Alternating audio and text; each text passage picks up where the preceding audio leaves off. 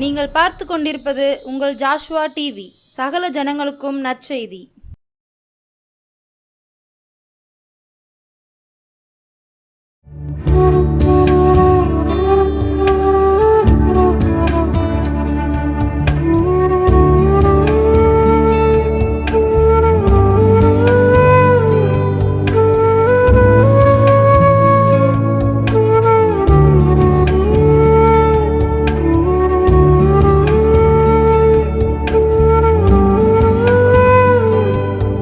கர்த்தருடைய பரிசுத்த நாமத்துக்கு மகிமை உண்டாவதாக.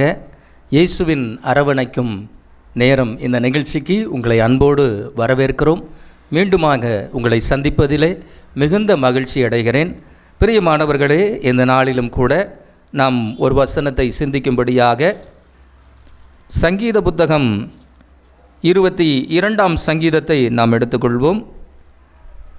சங்கீத புத்தகம் 22ஆம் சங்கீதம் 5ஆம் வசனத்தை நாம் வாசிக்கலாம். உம்மை நோக்கி கூப்பிட்டு தப்பினார்கள், உம்மை நம்பி வெட்கப்பட்டு போகாதிருந்தார்கள். அல்லேலூயா. பிரியமான தேவ பிள்ளைகளே, இன்றைக்கும் கூட ஆண்டவர் நமக்கு சொல்லுகிறார், உம்மை நம்பி வெட்கப்பட்டு போகாதிருந்தார்கள். கர்த்தரை நம்பி வெட்கப்பட்டு போகாதிருந்தார்கள் என்று சங்கீதக்காரன் சொல்லுகிறான். உம்மை நோக்கி கூப்பிட்டு தப்பினார்கள். அல்லேலூயா. அப்போ கர்த்தருடைய பிள்ளைகளாகிய நமக்கு ஆண்டவர் சொல்லுகிற ஒரு வார்த்தை, கர்த்தரை நோக்கி கூப்பிட்டு தப்பினார்கள். அதே போல அவரை நம்பி வெட்கப்பட்டு போகாதிருந்தார்கள் என்று நாம் பார்க்கிறோம். பிரியமான தெய்வ பிள்ளைகளே, என் ஜனங்கள் ஒருபோதும் வெட்கப்பட்டு போவதில்லை என்று சொல்லி யோவேல் தீர்க்கதரிசி 2ஆம் அதிகாரம் 27ஆம் வசனத்தில் நாம் பார்க்கிறோம். ஆகவே கர்த்தருடைய பிள்ளைகளை ஆண்டவர் வெட்கப்பட விடமாட்டார், அவமானப்பட விடமாட்டார் என்று நாம் பார்க்கிறோம். ஆகவே என் ஜனங்கள் ஒருபோதும் வெட்கப்பட்டு போவதில்லை. அல்லேலூயா. அவரை சார்ந்திருக்கிற பிள்ளைகள் எப்படி வெட்கப்பட்டு போகாமல் இருக்க முடியும் என்று நாம் பார்க்க போகிறோம். ஆகவே அவரை நம்பும் பொழுது நாம் என்ன பண்ண போகிறதில்ல, வெட்கத்துக்கு ஆண்டவர் என்ன பண்ண மாட்டார், அனுமதிக்க மாட்டார். ஆகவே நம்முடைய தேவனை என்ன பண்ணுகிறோம், நாம் நோக்கி பார்க்கிறோம். அவர் மீது நம்பிக்கையாக இருக்கிற பிள்ளைகளை ஆண்டவர் கைவிடுவதில்லை என்று வேதம் சொல்கிறது. ஆகவே ஆண்டவருடைய சமூகத்தில் ஆண்டவரை நம்பிக்கையோடு அவரை பார்க்கும் பொழுது ஆண்டவர் நம்முடைய வாழ்க்கையில் பெரிய காரியங்களை செய்ய அவர் வல்லவராக இருக்கிறார். உம்மை நம்பி நான் என்ன பண்ண போகிறேன், வெட்கப்பட்டு போகாதிருப்பேன் என்று சொல்கிறார். அப்போ கர்த்தருடைய பிள்ளைகளாகிய நாம் நம்முடைய வாழ்க்கையில் நம்பிக்கை உள்ளவர்களாக நாம் இருக்க வேண்டும் என்று நாம் பார்க்கிறோம். பிரியமான தேவ பிள்ளைகளே, எப்படிப்பட்ட ஒரு நம்பிக்கை ஆண்டவர் நமக்கு கொடுத்திருக்கிறார். ஆண்டவராகிய இயேசு கல்வாரி சிலுவையில் நமக்காக மரித்தார். அதே போல ஆண்டவர் மரித்தே இருந்தால் என்ன பண்ண முடியாது, நாம் அவர் மீது நம்பிக்கை கொண்டிருக்க முடியாது. ஆனால் 3ஆம் நாளிலே அவர் உயிரோடு எழுந்தார். அல்லேலூயா. அதை தான் நாம் ஈஸ்டர் தினமாக நாம் கொண்டாடுகிறோம். கிறிஸ்து உயிர்த்தெழுந்த பண்டிகையாக நாம் கொண்டாடுகிறோம். பிரியமான தேவ பிள்ளைகளே, அப்போது கர்த்தருடைய பிள்ளைகள் நமக்கு ஒரு நம்பிக்கை உண்டு. இயேசு இந்த உலகத்தில் மரித்தார், மரித்து உயிரோடு எழுந்தார். அல்லேலூயா.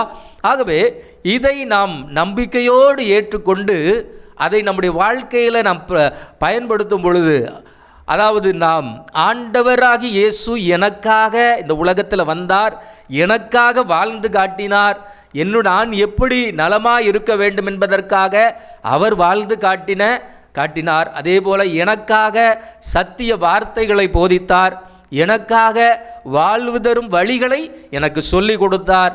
அதே போல் என்னுடைய வாழ்வு மீட்கப்படும்படியாக உலகத்திலிருந்தும் பாவத்திலிருந்தும் சாபங்களிலிருந்தும் மீட்கும்படியாக இயேசு தம்முடைய சிலுவையின் இரத்தத்தை நமக்காக சிந்தினார்.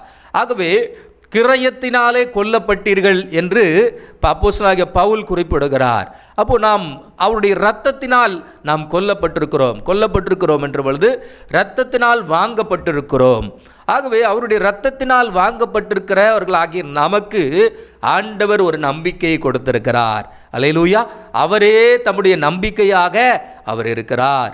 ஆகவே பிரியமான தெய்வ பிள்ளைகளே, சங்கீதக்காரன் அதை சொல்கிறார், நான் ஆண்டவரை நோக்கி கூப்பிட்டுவேன், அவர் எனக்கு செவி கொடுத்தார். அப்போ சங்கீத புத்தகங்களில் நாம் அநேக வார்த்தைகளை நாம் பார்க்க முடியும். கர்த்தரின் சத்தத்தை கேட்டார் என்று சொல்கிறார், ஜெபத்தை கேட்கிறவரே என்று குறிப்பிடுகிறார். அப்போது தேவனை குறித்த ஒரு தெளிவை அந்த சங்கீதக்காரன் அறிந்து வைத்திருக்கிறார். அப்போது ஆண்டவர் மீது நான் நம்பிக்கையாக இருக்கும் பொழுது ஆண்டவர் என்னை ஆசீர்வதிப்பார். ஆகவே தான் ஒரு வசனத்தில் அவர் சொல்லுகிறார், கர்த்தரை எப்பொழுதும் எனக்கு முன்பாக வைத்திருக்கிறேன், ஆகையால் நான் அசைக்கப்படுவதில்லை. அல்லேலூயா. அப்போது ஆண்டவர் மீது வைக்கிற அந்த நம்பிக்கை ஆண்டவர் ஒருபோதும் கைவிட மாட்டார். எந்த சூழ்நிலையிலும் அவரை முன்பாக நான் வைத்திருக்கிறேன் என்று குறிப்பிடுகிறதை நாம் பார்க்கிறோம். ஆகவே பிரியமான தேவ பிள்ளைகளே, நம்முடைய வாழ்க்கையில் நாம் பல விதங்களில் நாம் என்ன பண்ணியிருக்கலாம், கவலையோடு நம்ம என்ன பண்ணுகிறோம், தேவைகளுக்காக, அன்றாட அத்தியாவசிய தேவைகளுக்காக நாம் கலங்கி கொண்டிருக்கலாம். அநேக காரியங்கள் நம்முடைய வாழ்க்கையில் இருக்கலாம். பிரியமான தேவ பிள்ளைகளே, ஆண்டவர் சொல்லுகிறார், முதலாவது தேவனுடைய ராஜ்யத்தையும் அவருடைய நீதியும் தேடுங்கள், அப்பொழுது இவைகள் எல்லாம் உங்களுக்கு கூட கொடுக்கப்படும். அப்போது கர்த்தர் மேல் இருக்கிற ஒரு நம்பிக்கை நமக்கு வேண்டும். ஆகவே இந்த உலகத்தில் நாம் நம்மீது இருக்கிற நம்பிக்கை விட நாம் ஆண்டவர் மீது வைத்திருக்கிற நம்பிக்கை அதிகமாக இருக்க வேண்டும் என்பதை நாம் அறிந்து கொள்ள வேண்டும் பிரியமானவர்களே. ஆகவேதான் உம்மை நோக்கி கூப்பிட்டு தப்பினார்கள். அப்போது ஆண்டவரை நோக்கி கூப்பிட்டு தப்பினார்கள் என்று நாம் பார்க்கிறோம். இந்த வேத வசனத்தில் நாம் அநேக காரியங்களை நாம் பார்க்கும் பொழுது அவன் என்ன பண்ணுகிறான், சங்கீதக்காரன் ஆண்டவர் மீது நம்பிக்கை வைக்கிறான். அதே சங்கீதம் 22ஆம் சங்கீதத்தில் 4ஆம் வசனம் சொல்கிறது, எங்கள் பிதாக்கள் உம்மிடத்தில் நம்பிக்கை வைத்தார்கள், நம்பின அவர்களை நீர் விடுவித்தீர். அல்லேலூயா. அப்போ நம்பின அவர்களை நீர் விடுவித்தீர் என்று சங்கீதக்காரன் சொல்லுகிறார். எங்கள் பிதாக்கள் உம்மீது நம்பிக்கை வைத்தார்கள். அப்போ இன்றைக்கு கர்த்தருடைய பிள்ளைகளாக நாம் ஆண்டவர் மீது நம்பிக்கை வைக்கும் பொழுது நம்முடைய வாழ்க்கையிலும் ஆண்டவர் விடுதலை கொடுக்க வல்லவராயிருக்கிறார். அல்லேலூயா. பாருங்க, பழைய பக்தர்களை எல்லாம் ஆபிரகாம், ஈசாக்கு, யாக்கோபு, ஆகவே இப்படிப்பட்ட முற்பிதாக்கள் எப்படி இருக்கிறாங்க, ஆண்டவர் ஒரு வார்த்தை சொன்னால் அந்த வார்த்தை அப்படியே நிறைவேறும் என்ற நம்பிக்கை அவர்களுக்குள் இருந்தது. ஆகவே இன்றைக்கு கர்த்தருடைய பிள்ளைகளாகிய நமக்கு அழகா வேதாகமத்தை ஆண்டவர் கொடுத்திருக்கிறார். ஆனால் இன்னும் அநேகர் என்ன பண்ணல, நம்புகிறது இல்லை, ஆண்டவருடைய வசனத்தை தியானிக்கிறது இல்லை, ஆண்டவருடைய வசனத்தை விசுவாசிக்கிறது இல்லை. பிரியமான தேவ பிள்ளைகளே, ஆண்டவருடைய வார்த்தையை நாம் கவனிக்க வேண்டும். ஆகவே நமக்கு ஒரு நம்பிக்கை ஆண்டவர் இந்த உலகத்தில் கொடுத்திருக்கிறார். ஆகவே இந்த உலகத்தில் நாம் வேதாகமத்தை வாசித்து அந்த வசனத்தின் மூலமாக தான் நான் கர்த்தரை அறிந்து கொள்ள முடியும். கர்த்தர் நமக்கு வாழ்வு தருகிற வழிகளை வேதத்தில் வைத்திருக்கிறார். ஆகவே வேதத்தில் இருக்கிற அந்த வசனங்களின் மூலமாக இந்த உலகத்தில் நாம் ஜெயத்தை பெற்றுக்கொள்ள முடியும். அல்லேலூயா. ஆகவே பிரியமான தேவ பிள்ளைகளே, அப்போது அவரை நம்பி நாம் வெட்கப்பட்டு போகாதிருந்தார்கள் என்று நாம் சொல்லி பார்க்கிறோம். அடுத்ததாக நாம் பார்க்கும் பொழுது அதே சங்கீத புத்தகம் 34ஆம் சங்கீதத்தில் நாம் பார்க்கும் பொழுது 34ஆம் சங்கீதம் 5ஆம் வசனத்தை நாம் பார்க்கலாம். அவர்கள் அவரை நோக்கி பார்த்து பிரகாசமடைந்தார்கள், அவர்கள் முகங்கள் வெட்கப்படவில்லை. அல்லேலூயா. பிரியமான தேவ பிள்ளைகளே, அப்போது அவர்கள் அவரை நோக்கி பார்த்தார்கள். அப்போ இயேசுவை நோக்கி நாம் பார்க்கும் பொழுது நாம் விடுவிக்கப்படுவோம். ஆகவே சங்கீதக்காரன் சொல்கிறார் இல்லையா, எனக்கு ஒத்தாசை வரும் பர்வதங்களுக்கு நேராக என் கண்களை ஏறெடுக்கிறேன், வானத்தையும் பூமியும் உண்டாக்கின கர்த்தரிடத்திலிருந்து எனக்கு ஒத்தாசை வரும். ஆகவே பிரியமான தேவ பிள்ளைகளே, அப்போ சங்கீதக்காரன் சொல்கிறார், எனக்கு ஒத்தாசை இந்த உலகத்தில் யார் எந்த மனிதனிடத்தில் இல்லை, வானத்தையும் பூமியும் உண்டாக்கின கர்த்தரிடத்திலிருந்தே எனக்கு ஒத்தாசை வரும். ஒத்தாசை என்றால் உதவி, நம்முடைய தேவைகளை சந்திப்பது. அப்போ இந்த காரியங்கள் எல்லாம் வானத்தையும் பூமியும் உண்டாக்கின கர்த்தரிடத்திலிருந்து எனக்கு உண்டாகும் என்று குறிப்பிடுகிறதை நாம் பார்க்கிறோம். ஆகவே பிரியமான தேவ பிள்ளைகளே, இன்றைக்கு பல தேவைகளோடு நாம் இருக்கிறோம். இந்த உலகத்தில் தேவையில்லாத மனிதனே இல்லை, கவலை இல்லாத மனிதனே இல்லை. ஆனால் எல்லாவற்றுக்கும் ஒரு நம்பிக்கை நமக்கு உண்டு. அல்லேலூயா. இந்த உலகத்தில் நம்பிக்கையற்ற சூழ்நிலையில் அநேகர் என்ன பண்ணுகிறாங்க, தங்கள் வாழ்க்கையை முடித்துடுறாங்க. சில பிரச்சனைகள் இருக்குன்னா அந்த பிரச்சனைகளுக்கு வழிகளை தேட வேண்டியதை விட்டுட்டு என்ன பண்ணுகிறாங்க, என் வாழ்க்கை அவ்வளோதான் அப்படின்னு சொல்லி தங்களை மாய்த்து கொள்கிறதும் தங்களை கெடுத்து கொள்கிறதும் இப்படி அநேகர் தங்கள் வாழ்க்கைகளை செய்து கொண்டிருக்கிறாங்க. பிரியமான தேவ பிள்ளைகளே, எல்லாவற்றுக்கும் ஒரு முடிவு உண்டு, எல்லாவற்றுக்கும் ஒரு வழி கண்டிப்பாக உண்டு. எவ்வளோ பெரிய பண பிரச்சனைகளுக்கும் கண்டிப்பாக முடிவு உண்டு, ஒரு தீர்வு உண்டு. அதே போல் வாழ்க்கையில் எல்லா காரியத்துக்கும் ஒரு தீர்வு உண்டு, ஒரு விடிவு காலம் நிச்சயமாக உண்டு. ஆனால் அந்த விடிவு இயேசுவின் மூலமாக நமக்கு கிடைக்கிறது. அல்லேலூயா. என் வாழ்க்கையில் இதுவரைக்கும் எவ்வளோ காரியங்களை நான் பார்த்து இன்னும் சரியாகலை, எவ்வளோ வைத்தியம் பார்த்து இன்னும் இந்த வியாதி சரியாகலை என்ற சூழ்நிலையில் பலர் என்ன பண்ணுகிறோம், தவித்து கொண்டிருக்கிறோம். பிரியமான தேவ பிள்ளைகளே, நாம் ஆண்டவர் மீது நம்பிக்கை உள்ளவர்களாக சோர்ந்து போகாமல் அவரை தேடும் பொழுது நிச்சயமாக நம்முடைய வாழ்க்கையில் கர்த்தர் ஜெயத்தை கொடுக்கிற தேவனாக இருக்கிறார். பலவீனங்களை மாற்ற அவர் வல்லவராய் இருக்கிறார். ஆகவேதான் அவர்கள் அவரை நோக்கி பார்த்து பிரகாசம் அடைந்தார்கள். இந்த சங்கீதக்காருடைய ஒரு பார்வை ஆண்டவரை நோக்கி பார்க்கிற ஒரு காரியமாக இருந்தது. ஆகவே ஆண்டவர் மீது இருக்கிற அந்த நம்பிக்கை அவன் என்ன பண்ணலை, விடலை. ஆகவே சொல்கிறார், கர்த்தரே என் பலனாக இருக்கிறார், கர்த்தரே என் நம்பிக்கையாக இருக்கிறார். அல்லேலூயா. நாசியில் சுவாசமுள்ள மனுஷனை நம்புவதை பார்க்கிலும் கர்த்தர் பேரில் பற்றுதலாக இருப்பதே நலம். அப்போ கர்த்தர் பேரில் நம்பிக்கையாக இருக்கிறதே நலம் என்று குறிப்பிடுகிறார். பிரியமான தேவ பிள்ளைகளே, இன்றைக்கு நமக்கு எத்தனை மனிதர்கள் உதவுகிறார்களோ இல்லையோ, உங்களையும் என்னையும் அழைத்த தேவன் அவர் நம்மோடு கூட இருக்கிறார். அல்லேலூயா. மனிதனோ முகத்தை பார்ப்பான், கர்த்தரோ இருதயத்தை காண்கிற தேவன் உங்களோடு இருக்கிறார். உங்கள் இருதயத்தில் இருக்கிற கவலையை அவர் பார்க்கிறார். உங்கள் இருதயத்தில் நீங்கள் ரகசியமாக கண்ணீர் வடிக்கிறீங்க இல்லையா, அதை ஆண்டவர் உற்று கவனிக்கிறார். அல்லேலூயா. அதற்கான ஒரு நாட்களை கர்த்தர் கொடுக்கிறார். நீங்கள் அழுது கொண்டிருக்கிற நாட்கள் இயேசுவின் நாமத்தினால முடிவுக்கு வருவதாக. Hallelujah. Thank you Lord Jesus. Hallelujah. இந்த வார்த்தை கேட்டுக்கொண்டிருக்கிற தேவ பிள்ளையே, அநேக நாட்களில் நீங்கள் கண்ணீர் வடித்து இன்னும் என் பிரச்சனை மாறாதா, குடும்பத்துக்கு தெரியாமல், கணவனுக்கு தெரியாமல் ஆண்டவருடைய சமூகத்தில் நீங்கள் வடிக்கிற கண்ணீரை இயேசு பார்த்து கொண்டிருக்கிறார். ஹல்லேலூயா. ஆகவே மனிதனோ முகத்தை பார்ப்பான், கர்த்தரோ இருதயத்தை காண்கிற ஒரு தேவனாக இருக்கிறார். ஆகவே பிரியமான தேவ பிள்ளைகளே, வானத்தையும் பூமியும் உண்டாக்கின கர்த்தர். ஆகவே சங்கீதக்காரன் எவ்வளோ அழகாக சொல்கிறார், எனக்கு வானத்தையும் பூமியும் உண்டாக்கின கர்த்தரிடத்திலிருந்து எனக்கு ஒத்தாசை வருமையா. ஹல்லேலூயா. வானத்தையும் பூமியும் உண்டாக்கின கர்த்தர் உங்களுக்கும் உதவி செய்ய அவர் வல்லவராயிருக்கிறார். ஹல்லேலூயா. இந்த உலகத்தை படைத்த தேவன் நம்முடைய தகப்பனாக அவர் இருக்கிறார். உங்களையும் என்னையும் பிள்ளையாக தெரிந்து கொண்டார். ஆகவே அவரண்டை வருகிறவனை அவர் புறம்பே தள்ளுவதில்லை. ஆகவே வேதம் அப்படிதான் சொல்கிறது, என்னிடத்தில் வருகிறவனை நான் புறம்பே தள்ளுவதில்லை. நீங்கள் யாராயிருந்தாலும் சரி, ஆண்டவருடைய சமூகத்தில் வாங்க, ஏசப்பாவை நோக்கி பாருங்க. ஏசப்பா, எனக்கு நீங்கள் தான் உதவி செய்யணும், நான் உன்மீது நம்பிக்கையாக இருக்கிறேன். ஆண்டவர் உங்களை அரவணைக்க விரும்புகிறார். ஆண்டவரை நோக்கி பாருங்கள். அல்லேலூயா.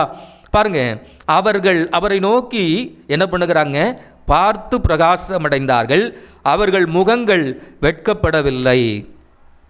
அடுத்த வசனம் சொல்கிறது, இந்த ஏழை கூப்பிட்டான், கர்த்தர் கேட்டு அவனை அவன் இடுக்கண்களுக்கெல்லாம் நீங்களாக்கி ரட்சித்தது. அல்லேலூயா. பாருங்க பிரியமான தேவ பிள்ளைகளே, இந்த ஏழை கூப்பிட்டான், கர்த்தர் கேட்டார். அல்லேலூயா. அவனை அவருடைய இடுக்கண்களுக்கெல்லாம் நீங்களாக்கி ரட்சித்தார். பிரியமான தேவ பிள்ளைகளே, இன்றைக்கு உங்கள் வாழ்க்கையில் எப்படிப்பட்ட ஒரு கஷ்டத்தில் நீங்கள் இருக்கீங்க, ஆண்டவர் பார்க்கிறார். தேவாதி தேவன் பார்க்கிறார். ஒரே ஒரு காரியம், ஆண்டவரை நோக்கி உங்கள் கரத்தை உயர்த்தி சொல்லுங்க, வானத்தையும் பூமியும் உண்டாக்கின கர்த்தாவே, என்னுடைய வாழ்க்கையில் நீங்கள் வாங்க ஆண்டவரை, நீங்கள் வாங்க இயேசுப்பா, நீங்கள் வாங்க, நீங்கள் எனக்கு உதவி செய்யுங்க. ஆண்டவர் சொல்கிறார், இந்த ஏழை கூப்பிட்டான், கர்த்தர் கேட்டார். அல்லேலூயா. அப்போ பாருங்க, கர்த்தர் கேட்டார்.